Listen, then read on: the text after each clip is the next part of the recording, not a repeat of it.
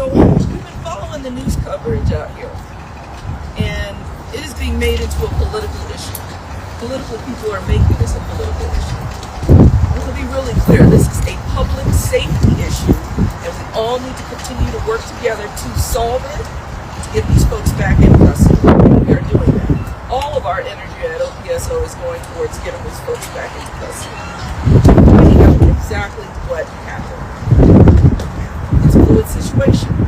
When we're aiming to respond to all media inquiries as quickly as we can possibly do that, but I still have to investigate it, and the integrity of the investigation has to stand.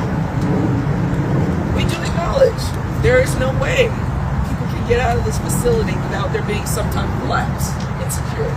There's no way. It's almost impossible, not completely, but almost impossible for anybody to get out of this facility without help from the outside. We intend to find out exactly what happened.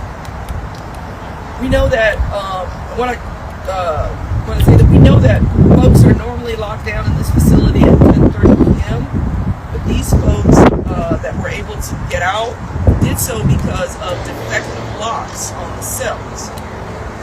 I have talked about those locks since I got into office. I wrote a letter to the consent decree judge, to the city council, and everybody else who would listen.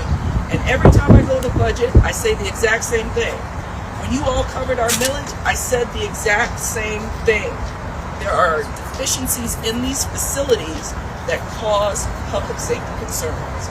That's why the millage was so important. We'll get into that a little bit more as we move forward.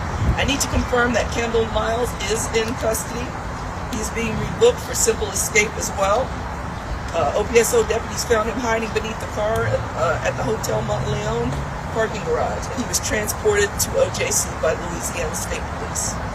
We also need to acknowledge that Keith Lewis, who was previously reported as an escaped detainee, was in a different cell. So he had been moved, but it had not been updated. So he is not on the run. There were 10, not 11, and he is in our facility and did not try to escape. The remaining individuals are being actively pursued, and our deputies, in collaboration with local and state law enforcement, are working tirelessly to locate and return them to custody. Now we're going to try and go through a little bit of the timeline of events, because what's being reported out there isn't accurate.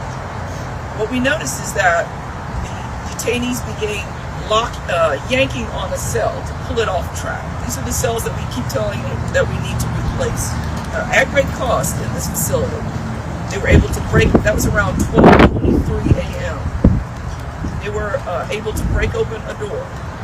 There was a corrections monitoring technician in the pod module to be watching that. They were still able to exit the jail about 1:01 a.m.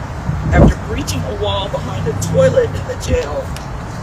And based on video surveillance, they were seen exiting a door on the docks where we normally bring in supplies, scaling a wall, and running across the interstate shortly thereafter. We have indication that these detainees received assistance in their escape from individuals inside of our department, and the escape was discovered during a routine headcount at 8:30 a.m. this morning. The deputy who was on duty promptly notified jail leadership, and around, probably before 9:30, we notified the United States Marshals Task Force, which includes all of our partners in the area, and that was before 9:30, about the incident. I found out myself about 9 o'clock and was on my way to the jail and moving through it. About that time, the exact time I can't give you, but it was before 9:30. I asked our personnel, have we notified NOPD? Have we notified our partners? I was told yes, the task force was notified. And then we were also able to discern that the NOPD was also notified through the Fusion Center. Now, when this went down, our first concern is to find out who these folks are, confirm, and then we've got to lock down the whole jail and find out, make sure nobody else is missing. That's the first thing we have to do. We also have people being moved out to court. We've got to confirm who those are.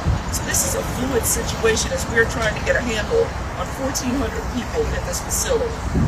So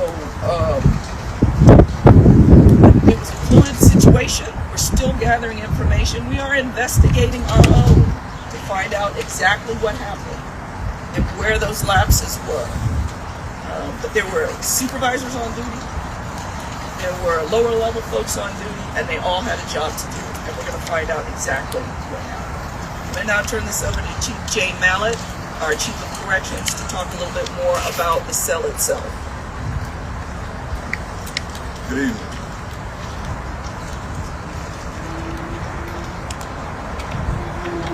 We do know that there are several security breaches.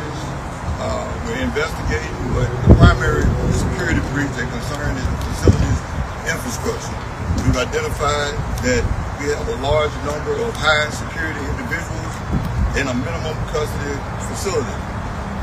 This particular breach of security occurred on the first floor of one of our security pods where we had slider doors. These doors are able to be manipulated by forced off the track that they're on, which allows individuals to enter and exit at will. We do know that some toiletry in a handicap cell was used to be removed. Some of the bolts, some of the toilets, some of the infrastructure, some of the fixtures were removed. We know that this could not be removed from the inside, so we are investigating that to see exactly who entered these areas, what kind of work was done, if there was work being done, and if this is an inside job. We remain fully committed to locating the escapees. We're working with local, federal, and state partners. We continue to ask the public for their vigilance. And if anyone has any information about the whereabouts of these individuals, please reach out. Thank you. Thank you, Chief. All right, this incident has once again highlighted the critical need for repairs and upgrades to our facilities, particularly to ensure that doors and locks are fully functional. We currently have 24 pods, and our staff is stretched thin. We're only at about 60% staffing. We still need 150 deputies in this jail and another 50 for the new jail about to open. So we're actively, and I have been actively advocating since I got into office for more money to fix these broken parts of the jail that make it unsecure. And just this week we went to a capital budget hearing to lobby for more improvements to address just these issues, which would help improve security and safety for both the detainees and our deputies. All right, we're going to take questions right here. Sheriff, how many people did you have on staff for this overnight shift that would have not reported this between 1 a.m. and 8:30 a.m.? And wouldn't they have to have known about it if there were items removed and they were able to get out and there was no notice until they did? I'm going to turn that over to Chief Mallett. Good question. We actually had 4 supervisors and 36 staff here. That's a pretty, low ratio, but that's what we had. On that particular part, we had a monitoring individual that was actually on site. Where we believe that the exit occurred was behind the cell wall. The staff that was available at that particular time of day, without going into too many security restrictions, wouldn't know that was going on behind the scenes. That's more so a physical plant infrastructure deal that we do more routine daily type inspections or make sure that these things are working. Wouldn't they need power tools or something? And that's something that we're investigating, because you're absolutely right. It's more than just a breach of security. It was some type of help. And we've been researching, we've been looking, investigating, and it would definitely be some type of tool used other than just the strength of a shared individual. Shane, you mentioned the technician earlier.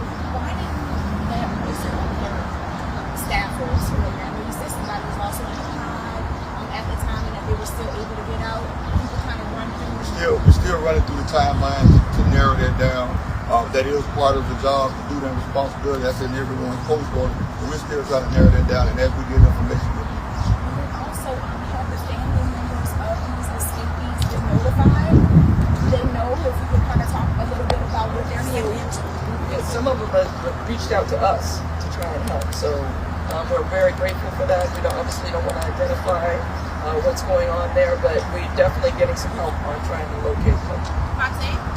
Sheriff, you said that people are politicizing the escape here at the jail, but we talked with Superintendent Ann Kirkpatrick early this morning. She also made it very clear that her department, we talked to the U.S. Marshals, we talked to the Louisiana State Police, none of them say they were notified before 10:30 a.m. And then once again, y'all said that y'all discovered this at 8:30. Why wasn't the public and partners, local, state, federal, made aware of this sooner? So I verified, so we have people on the U.S. Marshals Task Force. That's who we notified to make sure the whole task force is ready to roll. And they've been ready to roll since then. So I'm not sure how those up at the top found out, but I know that we notified the task force earlier because our members sit on it. And they came also up here to check on it. So we know that happened. What was your first part of your question? Oh, Chief Kirkpatrick has been nothing but a help to us, and we're very appreciative of both the state police and the New Orleans Police Department. But once again, you all said that you all made the discovery around 8:30 this morning. The escape happened early hours overnight. And once again, the public was not notified until 10:30 when y'all's press release came out. So I found out about 9. So the first thing we have to find out is what happened. So you got to go inside the facility and see they could have been anywhere. We have to make sure that's exactly what happened. We have to pull all the video and find out what happened. That takes a little bit of time. Then we had to first prioritize talking to victims to make sure they were safe and making sure law enforcement could respond to them if they needed something. Actually, Superintendent Kirkpatrick.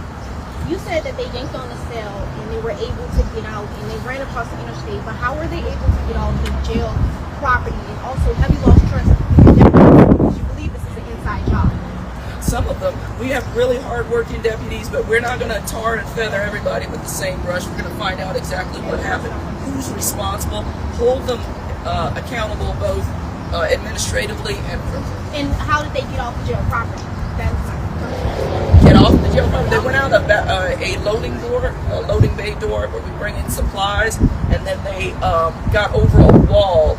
I'm not sure if they used blanket yet. Chief Mallett can tell you more about how they actually got it. What we saw was they left, went through an exit door that's in between the actual cell block and the pipe chases. And this is a large facility, so the pipe chase, the exit door, for some reason or another, was designed to lead directly outside.